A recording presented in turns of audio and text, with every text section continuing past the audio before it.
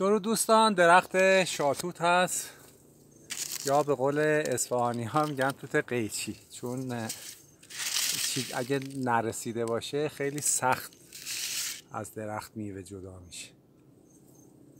وقتی رسید خیلی راحت جدا میشه.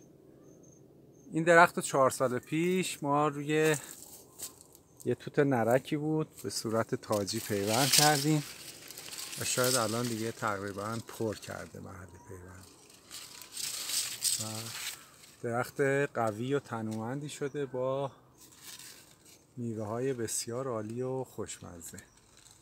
جای دوستان خالی. دمتون گرم.